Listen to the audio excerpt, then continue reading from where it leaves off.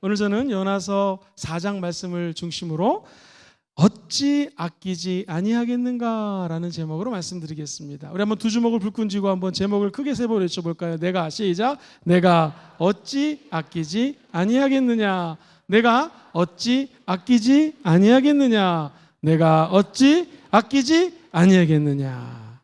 할렐루야. 이게 우리 하나님의 말씀입니다. 하나님의 사랑인 것이죠. 2012년부터 5년마다 책이 열심히 연구해서 내는 귀한 책이 있습니다. 한국 기독교 분석 리포트라고 하는 책인데요. 지난 7월 6일 날 발간이 됐고 7월 7일 날 국민일보에서 이 책을 다루었습니다. 내용인즉 1998년도에 종교인이 있고 종교가 없는 사람이 있었거든요. 2022년도 조사를 해봤더니 종교가 점점 없어지더라는 거예요. 옛날엔 종교를 많이 믿었는데 이제 점점 종교가 없어지더라. 그러면서 우리 예수 믿는 사람들도요, 그 숫자가 조금 줄었는데 가나안 성도라고 들어보셨죠? 예배당에 안 나오는 사람, 주일날 교회 안 오는 분들이 1998년도에는 11.7%였다가 오늘날에는 30% 가까이 늘어났다는 것입니다. 근데 제가 마음이 안타까운 것은 우리 기독교인 말고 다른 종교나 비신자들, 예수 믿지 않는 사람들이 이 호감도에 대해서 조사를 해봤더니 불교가 제일 높았고요. 두 번째 캐톨릭. 세 번째가 기독교가 아니라 세상의 유교. 그 다음에 기독교는 6.5%로 아주 낮은 퍼센테이지를 차지했습니다. 이 이유가 무엇인가 분석을 했더니 코로나19 기간 동안에 기독교가 대체적으로 대책을 좀 잘못 세웠고 기독교가 대처가 미흡했다라는 이야기들이 많이 있었습니다. 예를 들면 대구에서 기독교가 뭔지도 모르는 사람들이 신천지 교회라는 데서 코로나 났다라고 하니 모든 코로나는 다 교회에서 발생한 거라고 오해했던 제가 바로 엊그제 같습니다. 이제 코로나가 끝났고 유럽에 가도 세계 어디 가도 마스크 잘 쓰지 않습니다. 코로나 끝나고 완전히 원래의 모습으로 회복이 됐습니다. 자, 그렇다면 우리 순복음 금주교회 본질을 따라가는 교회, 복음을 향해 달려가는 교회, 하나님이 기뻐하는 교회가 되기를 소망합니다. 우리 교회가 어떻게 하면 다시 본질로 회복되고 초대교회 같은 교회가 될 수 있을 것인가? 저는 요나서 말씀을 중심으로 하나님이 내 모든 것들을 어찌 아끼지 않겠는가라는 제목을 가지고 잠시 은혜의 말씀을 좀 나누도록 하겠습니다. 사랑하는 성도님들, 오늘 이야기의 배경은요, 기원전 9세기입니다. 그 당시 아수르라고 하는 나라는 세계 최대 강국이었고 느느웨라고 하는 도시는 그야말로 세계에서 가장 문화, 교통, 모든 전쟁, 정치, 경제의 중심지였습니다. 그럼에도 불구하고 이곳은 잔인한 침략 전쟁 때문에 사람들의 마음이 완악해져 있었고요. 포악한 심정을 그대로 간직하고 있었던 도시였습니다. 뿐만 아니라 우상 숭배, 배금주의, 육체적인 향락을 추구하는 도시로 전락했습니다. 이때 하나님의 사람 요나가 거기 있었습니다. 요나는 아버지도 선지자였습니다. 선지자, 아버지 이름이 아미떼, 이게 왜 아멘이란 뜻이거든요. 아멘이라는 아버지 밑에서 신앙교육을 받고 자랐던 요나 선지자에게 하나님 말씀하십니다. 너는 이제 일어나서 니느웨에 가서 복음을 증거하라. 그랬더니 아니, 이 아수르는요, 옛날에 어렸을 때 보니까 임신한 여자들을 잡아 죽였고 우리 민족을, 아이들을 저 시궁창에 빠뜨려서 죽었던 그런 기억이 있습니다. 나는 이 사람들에게 복음을 증거할 수 없습니다 하면서 항명하고 열심히 도망가가지고 나는 다시 시작할 거야. 그래서 다시 쓰러 갔습니다. 배를 탔습니다. 우리가 아는 것처럼 폭풍이 다가왔을 때에 요나는 배에서 자고 있었습니다. 그때 선장이 나무랍니다. 여보시오, 왜 자고 있습니까? 어서 일어나시오. 당신, 제비를 뽑았더니 당신 때문에 지금 우리가 곤란함에 빠지게 되었으니 어서 당신을 제물로 드리겠습니다 하면서 요나를 물속에 풍덩 던집니다. 우리가 아는 것처럼 큰 고래가 요나를 잡았고요, 뱃속에 들어가서야 하나님께 회개를 합니다. 3일 뒤에 우리가 아는 것처럼 세상에 나왔죠. 그는 반신반의하면서 니느웨로 가서 복음을 증거합니다. 하하, 저 사람들이 과연 예수를 믿을까? 복음 증거하고 난 다음에 동편 높은 동산에 가서 사람들을 바라봤습니다. 웬일입니까? 왕부터 회개하고요, 수많은 사람들이 하나님을 믿기 시작합니다. 많은 사람들이 주님께로 구름대같이 나오는 장면을 보게 됩니다. 이게 어찌된 일인가? 무지 더웠거든요. 갑자기 시원한 팜트리라고 번역이 되어 있는데요, 시원한 호박 넝쿨 같은 것들이 막 자라기 시작합니다.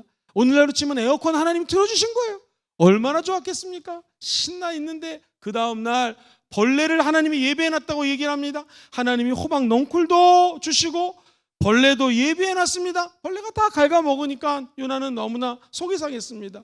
하나님 어떻게 이럴 수가 있습니까? 너무 더워서 내가 차라리 죽었으면 좋겠습니다 라고 이야기를 합니다. 그래서 오늘 4장 10절에는 이런 대화가 오가죠. 우리 10절 말씀 같이 한번 천천히 읽어보겠습니다. 시작.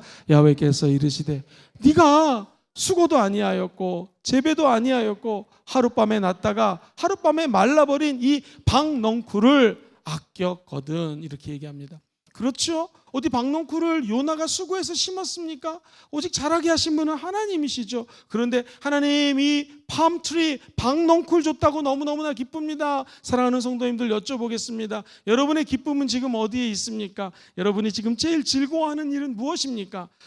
목사님, 저는 예배 드리는 것이 제일 즐거워요. 할렐루야! 아무 문제 없는 사람입니다.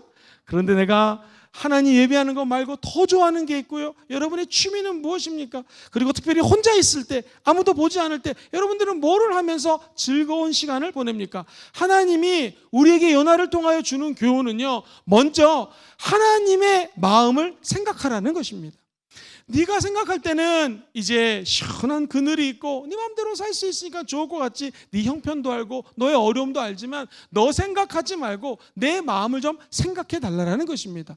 우리 주님이 11절에 이렇게 요나에게 말씀하셔요. 천천히 11절 말씀 읽어봅니다. 시작. 하물며 이 큰 성읍 니느웨에는 좌우를 분별하지 못하는 자가 12만 명이요 가축도 많이 있나니 내가 어찌 아끼지 아니하겠느냐 하시니라. 하물며 이 큰 성읍 니느웨에는 좌우를 분별하지 못하는 사람이 12만 명이다. 좌우를 분별하지 못하는 자는 뭐냐면 당시 5세, 6세, 7세까지 어린 아이들을 의미합니다. 이 아이들이 좌우를 분별하지 못하는 어린이들만 12만 명이다. 고대 근동의 대부분의 도시는 5분의 1이 어린이였거든요. 곱하기 5를 하면 대략 60만 명이 니느웨에 있다는 것입니다. 더 놀라운 것은 이 사람들이, 여러분 우리 금정구에 몇 명 정도가 사는지 아십니까? 약 20만 명이에요. 이 금정구보다도 3배 정도 크게 되는 사람들이, 수많은 사람들이 살고 있는데 이 사람들을 내가 당연히 아끼지 않겠느냐라는 것입니다. 그리고 거기는 수많은 육축들이 있는데 내가 이들을 아끼지 않겠느냐는 것입니다. 하나님, 제가 하나님에게 여태까지 어떻게 일했는지 주님이 아시지 않습니까? 제가 뭘 잘못했습니까? 요나는 사실 하나님의 사람으로 일했습니다. 근데 요나는 하나님의 마음을 잘 몰랐던 것입니다. 요나는 자기 상황과 자기 형편 때문에 하나님께 불평불만을 했던 것이죠. 사랑하는 성도님들, 오늘 저 여러분과 저의 형편을 우리 하나님은 다 아십니다. 정말 어렵고 힘든 분이 계십니까? 왜 하나님은 우리에게 이런 힘든 일을 주실까요? 그 이유는 뭐냐면 이 시험을 통하여 저와 여러분들이 연단을 받고 하나님의 사람으로 변화되라는 것입니다. 성경에 보면은 베드로전서 4장 12절은 이렇게 이야기를 하죠. 사랑하는 자들아, 너희를 연단하려고 오는 무슨 시험? 불시험을 이상한 일 당하는 것 같이 이상히 여기지 말아라. 불시험이 다가옵니다. 그럼 우리가 아는 찬양처럼 나의 길 오직 그가 아시나니 나를 단련하신 후엔, 그 다음 가사가 뭐죠? 내가 정금같이 나오리라. 누구나 다 시험을 당합니다. 그런데 이 시험이 지나면 저 여러분들이 정금처럼 순금처럼 변해진다는 것입니다. 불에 들어가야지 불순물들이 없어질 수 있는 것이죠. 그래서 야고보 기자는 야고보서에 이렇게 기록을 하고 있습니다. 내 형제들아, 너희가 여러 가지 시험을 당하거든 어떻게 해요? 온전히 기쁘게 여기라. 왜? 이는 너희의 믿음의 시련이 뭐를 만들어내요? 인내를 만들어낸다는 거예요. 그래서 로마서 말씀처럼 우리가 환난 중에도 즐거워하나니 환난은 인내를 만들어내지만 인내는 연단은 소망을 만드는 하나님의 계획이 있다는 것입니다. 야고보서 1장 2절을 계속 보시면 그 다음에 기가 막힌 말이 나옵니다. 내 형제들아, 시작. 내 형제들아, 너희가 여러 가지 시험을 당하거든 온전히 기쁘게 여기라. 이는 너희의 믿음의 시련이 인내를 만들어내는 줄 너희가 알미라. 인내를 온전히 이루라. 이는 너희로 온전하고 구비하여 조금도 부족함이 없게 하려 함이라. 할렐루야. 우리에게 시험이 다가오는 것은 하나님이 이 시험을 통하여 연단을 시키시고 훈련을 시키시고 구비를 시키시는 거예요.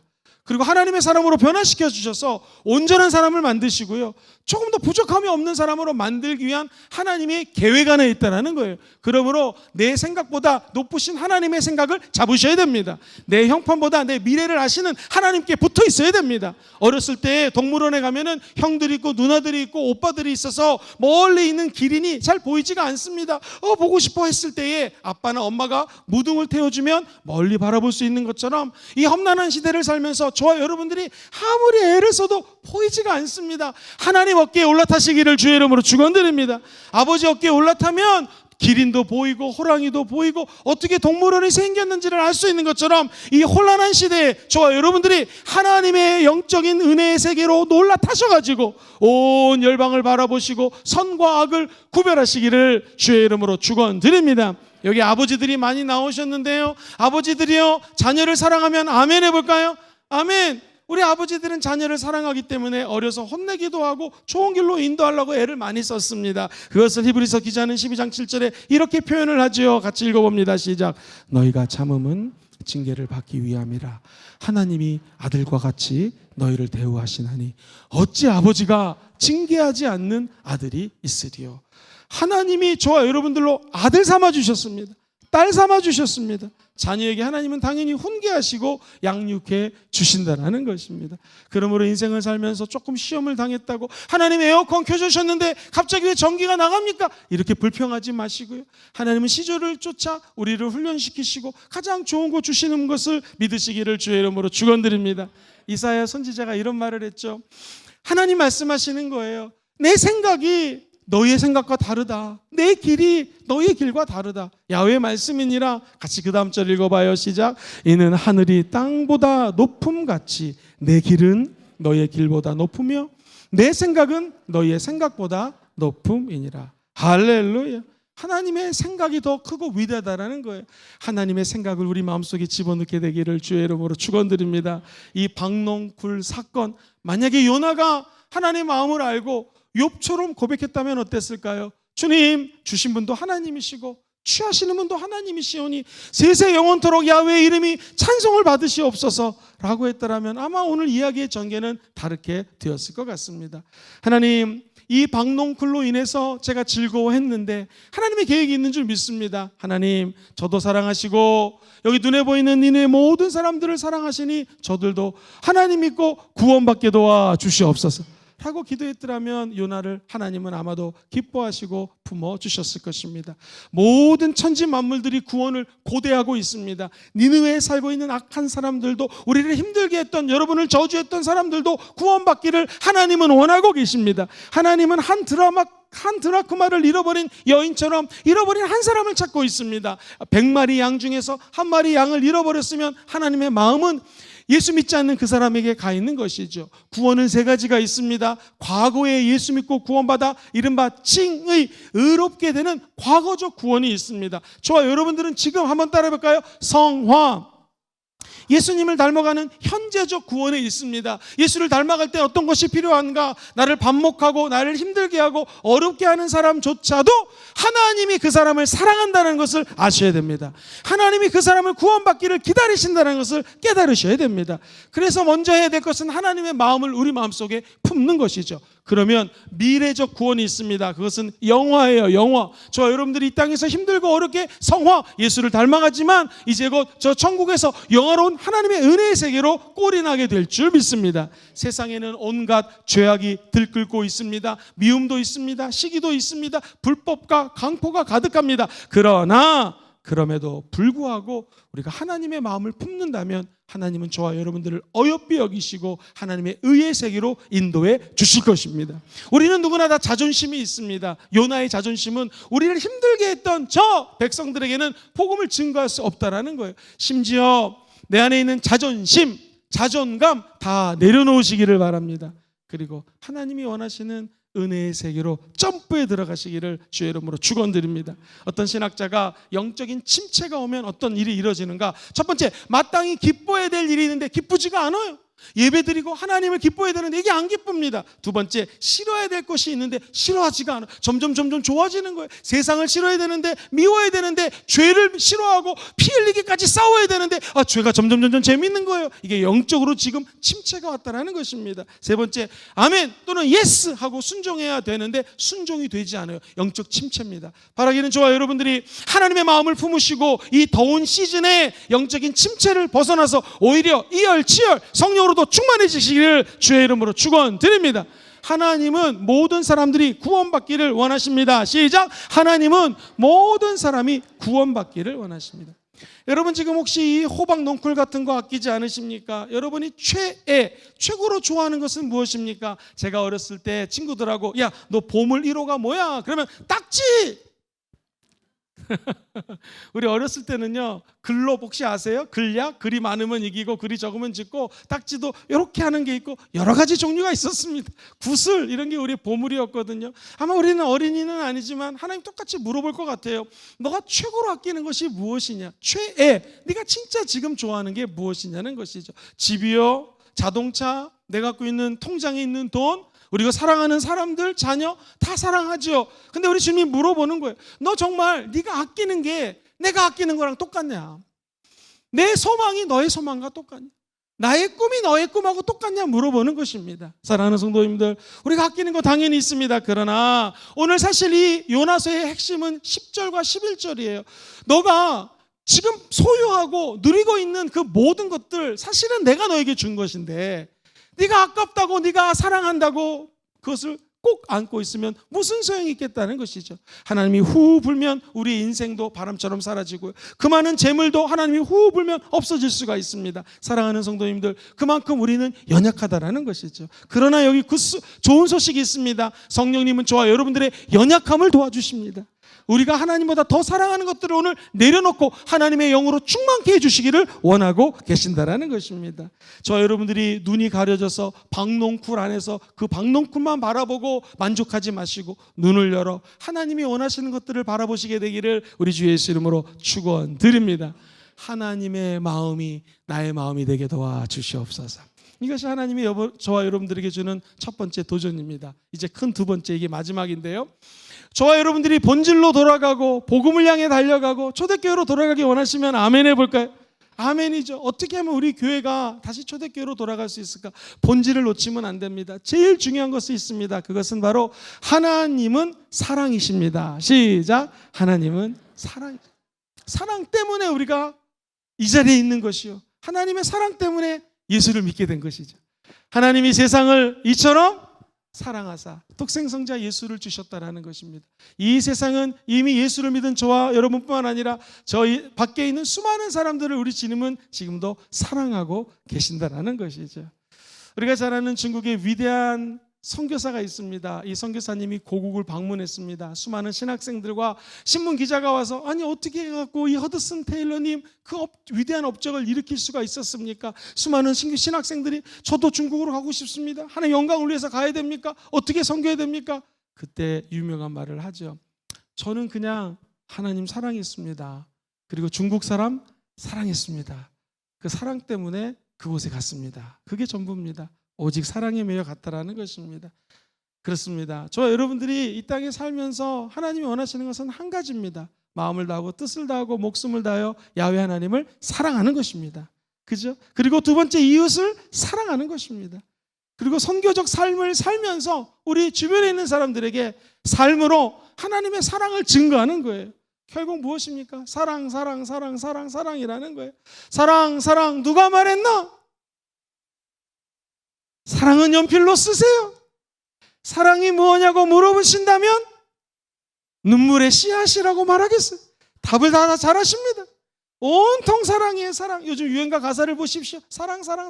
근데 그 사랑이 얼마나 영원한 사랑이든가요? 인간의 사랑, 그 에로스적인 사랑, 육체적인 사랑 오래가지 않습니다. 그러나 하나님의 사랑은 변하지가 않습니다. 지금 누리는 이 사랑이 천국 가서도 지속되는 것이죠. 사랑하는 성도님들, 사실 오늘 이 말씀은요, 요나서는 4장 11절로 끝나요. 좀 아쉽습니다. 그래서 박농쿨이 또 자랐나? 아니면 어떻게 됐나 잘 모르겠어요. 근데 혼자서 생각을 해봤습니다. 왜 요나서는 4장으로 끝날까? 저와 여러분들이 이제부터 요나서 5장을 써내려가야 됩니다. 2023년 딱 반이 지났죠. 7월이 이제 6월이 끝났고 7월이 시작됐습니다. 우리가 남은 반년을 요나서 5장을 써내려가는 마음으로 사셔야 된다는 것입니다. 혼자 생각해 봤습니다. 아마도 이걸 영화로 찍으면 두 가지 결말이 났을 것 같아요. 첫 번째, 요나가 심기 1절에서 하나님 그렇습니다. 내가 하나님의 마음을 품겠습니다. 저 니느웨 사람까지 사랑하겠습니다 하면서 선교 열심히 하다 천국 갔다. 이게 1번. 2번, 찌질하게 계속 화내다가 죽었다. 모르겠습니다. 해피엔딩으로 끝났으면 좋겠는데 아마 우리도 마찬가지입니다. 아마 50살이라면 이제 한 50년 정도를 더 사실 거고요. 60세라면 한 40년을 더 사실 텐데 사실 오는 건 순서가 있지만 가는 것은 아무도 모릅니다. 언제건 우리가 천국을 가야 되는 것이죠. 그때 오늘 이 순간부터 마음을 먹고 다시 한번 요나서 5장을 써내려가는 저와 여러분 되기를 주의 이름으로 축원드립니다. 하나님이 네 판단도 맞다. 네 생각도 중요하다. 그러나 내 생각을 받아들이지 않겠니? 하나님의 생각이 무엇입니까? 하나님의 생각은 인자가 온 것은 잃어버린 자를 찾아 구원하기 오셨다라는 사실입니다. 우리 예수님이 이 땅에 오신 것은 예수 믿지 않는 자들에게 복음 증거하라고 오신 것이죠. 마태복음 5장 44절은 이렇게 말씀합니다. 같이 한번 읽어보겠습니다. 시작. 나는 너희에게 이르노니 너희 원수를 사랑하며 너희를 박해하는 자를 위하여 어떻게 하나? 기도하라는 거예요. 원수까지도 품고 기도하면 모든 것들이 전화위복되고 역전될 수 있다는 것입니다. 지난주에 제가 하나님의 은혜로 종교계의 학술대회를 잘 마치고 왔습니다. 야누스라고 하는 체코의 하나님의 위대한 사람을 설명했습니다. 그는 성경으로 돌아가야 됩니다. 어찌 성경을 라틴말로 읽습니까? 여러분, 이제 체코 말로 우리나라 말로 번역해서 읽어야 됩니다. 지극히 정상적인 메시지를 선포했는데 그는 그 당시 캐톨릭 시대에는 그것이 이단으로 정죄가 되어서 화형당했습니다. 그를 추종하는 체코의 정신적인 지주로 삼았던 많은 사람들이 보헤미아 지역에서 그리고 모라비아 지역에서 신앙생활을 하다가 이제 이들까지 죽인다고 하니까 도망 와가지고요 독일 땅 잭센 지방으로 오게 되었습니다. 이때 한 어린 소년이 그 지역에서 성장을 했는데 젠젤도르프라고 하는 사람입니다. 여러분, 할머니가 정말 귀한 분이셨어요. 믿음의 할머니가 당시 스페너라고 하는 유명한 경건주의의 아버지 같은 분이 계시는데 그분께 데려가가지고 이 어린아이에게 안수기도를 받게 합니다. 여러분, 사랑하는 성도님들, 우리 어린이들, 할머니들도 많이 계시는데 어린아이를 목사님께 데리고 와서 안수받는 거 되게 중요합니다. 이 젠젠도르프가 마음속에 하나님의 임재가 있었어요. 하나님을 위한 일을 해야겠다. 그러던 그가 유학을 가가지고요 베텐베르크 대학에서 공부를 하다가 그림을 봤는데 예수 그리스도의 모습을 보게 되죠. 내가 너를 위해서 십자가에 죽기까지 사랑했는데 너는 나를 위하여 무엇을 하겠는가? 이 말에 은혜를 받습니다. 22살, 그분이 1700년도에 태어났는데 1722년도에 어린 젊은 젠젠도르프 백작이 돈이 있었기 때문에 그 지역의 땅을 수없이 많은 땅을 샀습니다. 직접 갔더니 몇만 평인지 몰라요. 그리고 거기에 교회를 짓습니다. 무덤을 짓습니다. 자, 푸른 잔디가 보일 텐데요. 이 땅 제가 직접 찍은 것입니다. 이렇게 넓은 땅을 사가지고요 보헤미안 지방에서 온 사람들, 자, 보시는 것처럼 저 앞에 보시면 바로 체코가 보입니다. 저 많은 사람들이 이곳에 와가지고 어떻게 하면 살 수 있을까 했을 때에 땅을 제공합니다. 집을 지어줍니다. 그리고 그들이 1722년도에 모라비안 공동체가 되어서 200여 명이 모여 예배를 드리기 시작합니다. 사랑하는 성도님들, 보헤미안 지역, 저쪽에 모라비안 사람들, 그리고 이미 있었던 브레든 처치, 형제 교단의 사람들이 모여있기 때문에 소위 말해서 많은 교육과 환경과 생각이 틀린 사람들이 어떻게 하면 하나가 되고 좋은 공동체를 이룰 수 있을까 고민하다가 이분이 아마 요나서 5장을 쓰는 마음으로 예배에 올인하기로 마음을 먹습니다. 그래서 하루에 3번, 몇 번? 3번. 구약에도 늘 다니엘 아침 점심 저녁 하나님의 사람들 기도했던 것처럼 3번 기도합니다. 목사님, 내가 어떻게 하면 다시 성령으로 충만하고 본질로 돌아가고 정말 선교적 삶 살 수 있을까요? 하루에 3번 예배 드리시면 됩니다.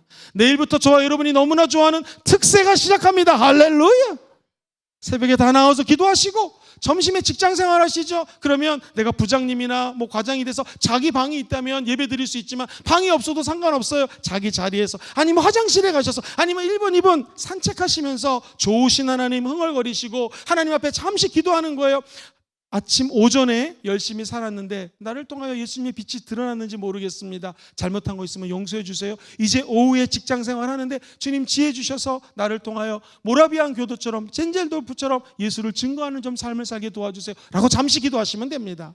왜 직장인들이 한두 시간 예배 드릴 수 없잖아요. 그리고 신우회가 있다면 신우회 예배도 좋습니다. 집에 오셔서 가족과 함께 간단하게 5분이라도 3분이라도 기도하시고요. 그러면 하루에 3번 정도 예배를 드릴 때 성령이 그 가운데 임재하게 될 것입니다. 사랑하는 성도님들, 1727년 예배를 열심히 드리고 5년 뒤입니다. 정확하게 7월 16일, 7월 22일, 8월 5일 성령이 임합니다.